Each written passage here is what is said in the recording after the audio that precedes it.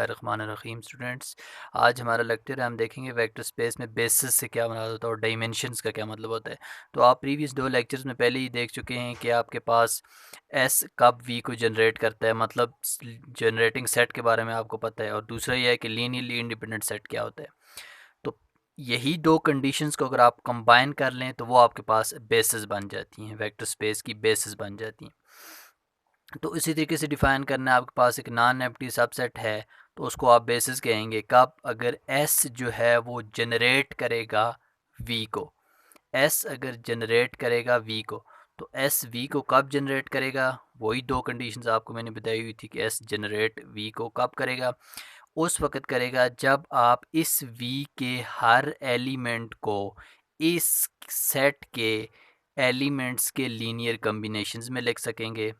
एक बात फिर बता रहा हूँ, इस वी के आप हर एलिमेंट को इस सेट एस के लीनियर कम्बिनेशंस में, जिस तरीके से आपने वो लिखा हुआ था कि X comma Y comma Z is equal to lambda one V one plus lambda two V two, एक कंडीशन तो ये आ जाएगी। दूसरी कंडीशन आपके पास ये होती है कि फिर वो वेक्टर स्पेस जो है वो लीनियर स्पेन के इक्वल होनी चाहिए। मतलब इस सेट के जितने भी लीनियर कम्बिनेशंस बन रहे हैं उन लीनियर कम्बिनेशंस का जो सेट है वो वेक्टर स्पेस वी के इक्वल हो, तो फिर आप कहते हैं कि जो एस वी को जनरेट कर रहा है। तो इसी ही को अब दूसरी condition S is linearly independent. तो लीनियरली इंडिपेंडेंट के लिए आप क्या करते थे, lambda one V one plus, मतलब उस वेक्टर्स के जो एली सेट के जो आपके पास सबसेट था उसके जो वेक्टर्स थे उनको आप स्केलर्स के साथ मल्टीप्लाई करते थे, plus up to so on lambda N V N equal to zero substitute करते थे। तो फिर आप ये प्रूव करते थे कि lambda one lambda two lambda three ये सारे ज़ीरो के, मतलब स्केलर्स सारे फिर ज़ीरो के इक्वल है। तो ये दो कंडीशंस होती हैं कि इसकी basis for a vector space के लिए। और ये जो आपके पास डायमेंशन ऑफ वेक्टर स्पेस होती है, तो डायमेंशन आपके पास क्या होती है कि आपके पास बेसिस में, मतलब अगर एस आपके पास जो है वो बेसिस बना रहा है, एस ये दो कंडीशन सेटिस्फाई कर रहा है, तो एस के अंदर जो नंबर ऑफ़ एलिमेंट्स होंगे, मतलब बेसिस के अंदर जो नंबर ऑफ़ एलिमेंट्स होते हैं उनको डायमेंशन कहते हैं। बेसिस के अंदर जो नंबर ऑफ़ एलिमेंट्स होते हैं उनको आप क्या कहते हैं, डायमेंशन कहते हैं। अब आपके पास ये देखें, let V over F be a vector space and S be a basis of V, then the number of elements in S is called the dimension of it। And it's उसको इस तरीके से लिखे। अब अगर आपको उसके बाद उसमें उस सेट के अंदर अगर फाइनाइट नंबर ऑफ़ एलिमेंट्स हैं तो फाइनाइट डायमेंशनल हो जाएगी, अगर इनफाइनाइट एलिमेंट तो वो इनफाइनाइटली डायमेंशनल हो जाएगी। तो बेसिस के आपकी पता चली दो कंडीशंस होती हैं, कौन कौन सी, कि एस जो है वो वी को जनरेट करना चाहिए और एस लीनियरली इंडिपेंडेंट होना चाहिए। मैंने आपको फिर क्लियर कर रहा हूँ, लीनियर कम्बिनेशन जो होता वो आपके पास एक एलिमेंट की प्रॉपर्टी होती है कि आप किसी एलिमेंट को सेट के लीनियर कम्बिनेशंस में लिख सकते हैं। लीनियर स्पेन जो होता है, लीनियर स्पेन आप जो है एक सेट है उससे जितने भी उसके तमाम लीनियर कम्बिनेशंस को जो है वो सम, उसको लीनियर कम्बिनेशन का जो सेट बनेगा वो आपके पास लीनियर स्पेन होता है। और जो जनरेटिंग सेट क्या होता है कि आपके पास उस वेक्टर स्पेस के हर एलिमेंट्स को आप उस सबसेट के वेक्टर्स के इस तरीके से उनके लीनियर कम्बिनेशन में लिख सकें, हर एलिमेंट को। अब ये देखें एक्स वाई जी, हमने एक आर्बिट्रेरी एलिमेंट लेते हैं, फिर हम कहते हैं कि ये तो X Y Z R three का आर्बिट्रेरी एलिमेंट था, और फिर वो हर आर थ्री के हर एलिमेंट्स के लिए ये चीज़ ट्रू होती है। तो ये चीज़ें आपके पास क्या होती हैं। अब एक एग्जांपल देखते हैं जिससे आपको ये चीज़ें क्लियर हो जाएंगी।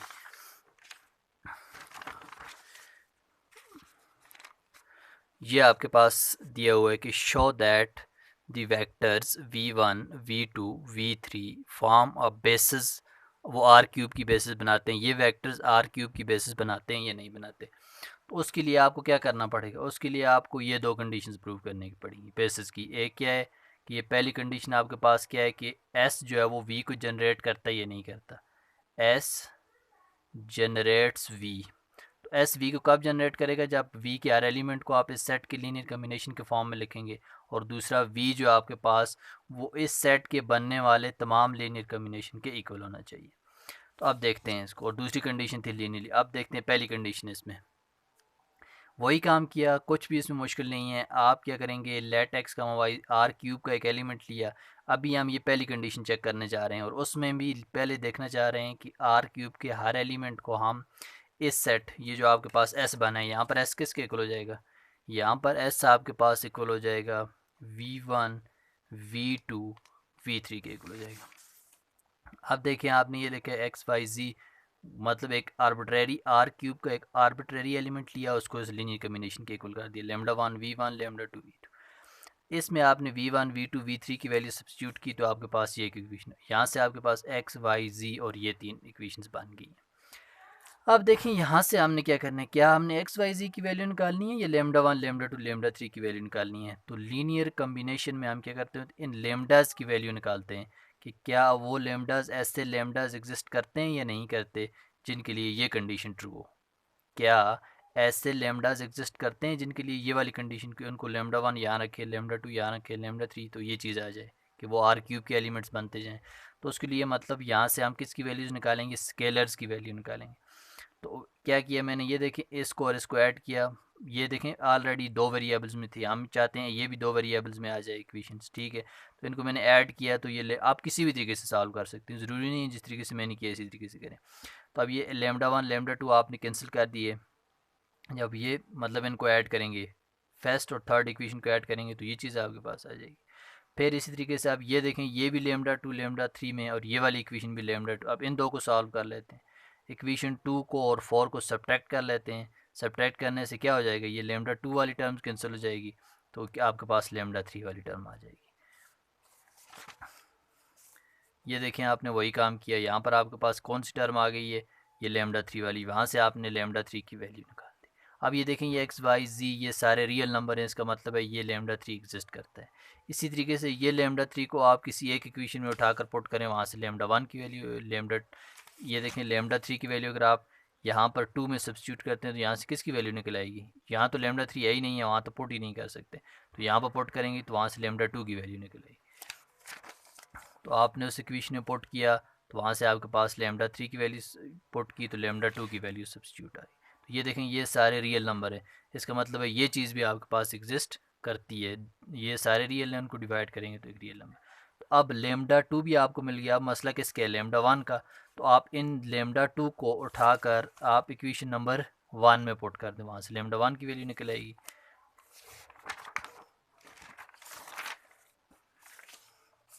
ये देखें यहाँ से आपके पास लेमडा वन की, आपने लेमडा टू की वैल्यू सब्स्टिट्यूट की, मैंने इसको सीधा करके लिख दिया। फिर आप देखें इसको आप इधर ले आएँ, फिर इसका एलसीएम ले लें, एलसीएम लेने के बाद आप ये देखें एलसीएम में साइन चेंज हो गया, ऊपर उनके प्लस थे तो माइनस हो गई, यहाँ से लेमडा वन की वैल्यू निकलेगी आपके पास।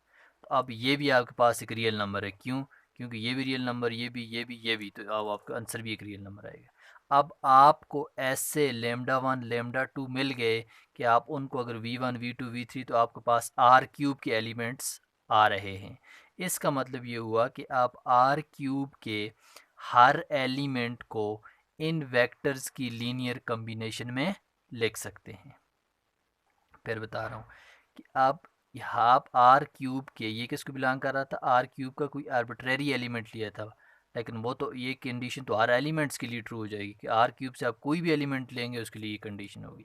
तो अब इससे लिखें आप आर क्यूब के हर एलिमेंट को एज ए लीनियर कम्बिनेशन लिख सकते हैं। इसका मतलब ये हुआ, लेकिन जो लीनियर, फिर बता रहा हूँ मैं, आप आर क्यूब के हर वेक्टर को V one V two V three के लीनियर कम्बिनेशन में लिख सकते हैं। इसका मतलब, लेकिन जो लीनियर कम्बिनेशंस का जो सेट होता है, एस के तमाम लीनियर कम्बिनेशन का जो सेट है उसे तो लीनियर स्पेन कहते हैं। इसका मतलब ये हो कि आर क्यूब का हर एलिमेंट लीनियर स्पेन को बिलोंग करता है। तो इसका मतलब ये हो कि आर क्यूब जो है ये वही चीज़ है, मैंने उसको नाम दे दिया, ये आर क्यूब ही है आपके पास। तो इसका मतलब है आर क्यूब जो वो लीनियर स्पेन का सबसेट होगी। लेकिन ये जो लीनियर स्पेन होती है आपके पास, एस के तमाम लीनियर कम्बिनेशंस का जो सेट होता है उसे लीनियर स्पेन कहते हैं। अब लीनियर स्पेन के सारे एलिमेंट्स तो आर क्यूब के ही एलिमेंट्स होते हैं, तो इसका मतलब ये हुआ कि आपके पास लीनियर स्पेन भी आर क्यूब का सबसेट है। तो इसका मतलब हुआ कि लीनियर स्पेन जो है वो ये चीज़ वही है, आर क्यूब ही है। तो ये आपके पास लीनियर स्पेन का सेट आर क्यूब के इक्वल। इसका मतलब ये हुआ कि एस जनरेट कर रहा है, पहली कंडीशन आपने प्रूव कर दी कि एस जनरेट्स आर क्यूब, यह आपके पास आर क्यूब है। एस जो है वो पहली कंडीशन आपने जो थी वो प्रूव कर ली। अब नेक्स्ट है आपने उन वेक्टर्स को लीनियरली, एस में जो मौजूद जो वेक्टर्स हैं V1, इनको आपने लीनियरली इंडिपेंडेंट शो करना है। तो उसके लिए आप क्या करते हैं, लीनियर कम्बिनेशन को इक्वल टू ज़ीरो रखते हैं। क्या करते हैं, लीनियर कम्बिनेशन को इक्वल टू ज़ीरो रखते हैं। तो lambda one V1 plus lambda two V2 lambda three equal to zero कर दिया। लेमडा वन की वैल्यू पुट की, टू की, थ्री की पुट की, तो ये आपके पास यहाँ से 3 इक्वेशंस बन गई। अब यहाँ से आपने किसकी वैल्यूज़ निकालनी है, lambda one, lambda two, lambda three की, लेकिन वो सारी वैल्यूज़ किसकी इक्वल आनी चाहिए, ज़ीरो की, तब भी वो लीनियरली इंडिपेंडेंट होगा। तो आप देखें, मैंने आपको तरीका बताया सॉल्व करने का। आप पहली दो इक्वेशंस ले लें। अब पहली दो इक्वेशंस में आपने लेमडा वन की वैल्यू निकालनी है, तो आप इन दो के कोफिशिएंट्स इधर लगा दें। कैसे, ये देखें, इसका एक कोफिशिएंट इधर वन है तो टू, फिर ये ज़ीरो और माइनस थ्री। इस तरीके से जब आप लेमडा टू के साथ माइनस आएगा, और इसमें जब आप लेमडा टू लेंगे, फिर इन दो के कोफिशिएंट लेंगे, वन, इसका कोफिशिएंट वन है, one zero zero minus three. इस तरीके से लेमडा थ्री करेंगे तो वन ज़ीरो वन टू, तो ये कोफिशिएंट आप ले लें। अब इनको आपने क्या करना होता है, इस सारे चीज़ को इक्वल टू क्या रखती है, तो मतलब एक कांस्टेंट क्या रख देते हैं कि इसका आंसर, इस फ्रैक्शन का जो आंसर, इस फ्रैक्शन का आंसर, इस फ्रैक्शन का आंसर जो है वो क्या के इक्वल होगा, क्या के इक्वल हम रख लेते हैं। अब ये देखें, इस डिटर्मिनेंट को सॉल्व किया, इसको किया, और इसको तो ये चीज़ बन गई, इक्वल टू क्या रखती है कि इस फ्रैक्शन, ये फ्रैक्शन इसके इक्वल है, ये फ्रैक्शन इसके इक्वल है, और इसको हमने क्या के इक्वल कर दिया। अब इसको आप इसके इक्वल करेंगे तो वहाँ से लेमडा वन की वैल्यू, इसको आप इसके इक्वल लिखें कैसे, कि lambda one minus three is equal to K, तो यहाँ से लेमडा वन की वैल्यू माइनस थ्री के इक्वल आई, तो वो आपने इस तरीके से इसको इक्वल रखे, तो वहाँ से आपको पास lambda one, lambda two, lambda three की वैल्यू निकलेंगे। इन लेमडास की वैल्यू को आप इक्वेशन नंबर थ्री में पुट करते होते थे, तो वहाँ पर पुट कर दी, इधर से क्या की वैल्यू ज़ीरो आ गई। जब क्या की वैल्यू ज़ीरो आई, इस वैल्यू को आप इधर इधर इधर सब्स्टिट्यूट करेंगे तो तमाम लेमडास की वैल्यू ज़ीरो आ जाएगी। इसका मतलब हुआ thus S is linearly independent, तो consequently S is a basis for V. तो इसका मतलब है ये आपके पास बेसिस बना रहा है। I repeat this question again, कि सबसे पहले आपने क्या करना था, इसको एस जनरेट्स वी को कर रहा है या नहीं कर रहा, उसके लिए आपने ये चीज़ प्रूव करनी थी कि V three equal to R, मतलब आपने ये कंडीशन कि आप आर क्यूब के हर एलिमेंट को इन वेक्टर्स की लीनियर कम्बिनेशन में ले, तो लीनियर कम्बिनेशन के लिए क्या करते होते हैं कि आप उस एक जनरल एलिमेंट लेते हैं आर क्यूब से, उसको इन लीनियर कम्बिनेशन के को रखते हैं, वहाँ V one, V two, V three substitute करते हैं। उसके बाद आपके पास तीन इक्वेशंस, वहाँ से lambda one, lambda two, lambda three की। अब ये देखें, ये जो आपने lambda one, lambda two, lambda three की वैल्यू निकाली, उनको आप इधर सब्स्टिट्यूट करेंगे तो इक्वलिटी की कंडीशन होल्ड करेगी आपके पास, मतलब कि इस सिस्टम का जो है वो सोल्यूशन आपने निकाल लिया। तो वो जो लेमडा वन, लेमडा टू की वैल्यू निकाल कर आप इधर सब्स्टिट्यूट करेंगे, तो इसका मतलब आपने लीनियर कम्बिनेशन वाली वो कंडीशन होल्ड कर दी। उसके बाद आपने इसको क्या करना होता है कि लीनियर, ये देखें, आपने वो वैल्यूज़ निकाल के यहाँ पुट कर दी। अब यहाँ पर वो ये देखें, आप आर क्यूब के हर एलिमेंट को इन वेक्टर्स की लीनियर कम्बिनेशन में लिख सकते हैं। इसके तमाम लीनियर कम्बिनेशन के सेट को तो लीनियर स्पेन कहते हैं। इसका मतलब आर क्यूब के हर एलिमेंट को आप जो है वो एक लीनियर कम्बिनेशन में लिखते हैं, लेकिन वो लीनियर कम्बिनेशन तो लीनियर स्पेन में होता है। इसका मतलब आर क्यूब का हर एलिमेंट लीनियर स्पेन में मौजूद है। इसका मतलब ये हो कि आर क्यूब जो है वो सबसेट है लीनियर स्पेन के, लेकिन लीनियर स्पेन में भी तो सारे एलिमेंट्स किसके होते हैं, आर क्यूब के ही एलिमेंट्स होते हैं। आप इधर कुछ वैल्यूज़ पुट करके देख सकते हैं। ये देखें, वी वन, ये भी एक मतलब इसके तीन कोऑर्डिनेट होंगे, वी टू इसके भी तीन कोऑर्डिनेट होंगे, साथ ही में कुछ रियल नंबर मल्टीप्लाई हो जाएगा। ये वी थ्री है तो इसके भी मतलब एक तीन कोऑर्डिनेट, अब वो तीन कोऑर्डिनेट्स को ऐड करेंगे तो वो एक जो सेट आएगा आपके पास, जो वेक्टर आएगा वो भी उसके तो भी तीन कोऑर्डिनेट्स ही होंगे। इसका मतलब है जो लीनियर कम्बिनेशन, लीनियर स्पेन होता है उसमें भी सारे एलिमेंट्स आर क्यूब के ही होते हैं। तो आपने, इसका मतलब है लीनियर स्पेन जो है वो आर क्यूब का सबसेट है। इसका मतलब ये आपस में इक्वल हो जाएंगे। इसका मतलब है एस जो है वो आर क्यूब को जनरेट कर रहा है। फिर आपने second condition linearly independent, linearly independent के लिए क्या करते होते हैं कि आप उसको इक्वल टू ज़ीरो रखते हैं, लीनियर कम्बिनेशन को, वहाँ से lambda one, lambda two, lambda three की वैल्यूज़ निकालते हैं, जो कि अगर ज़ीरो के इक्वल हैं तो फिर वो लीनियरली इंडिपेंडेंट होगा। Thank you so much.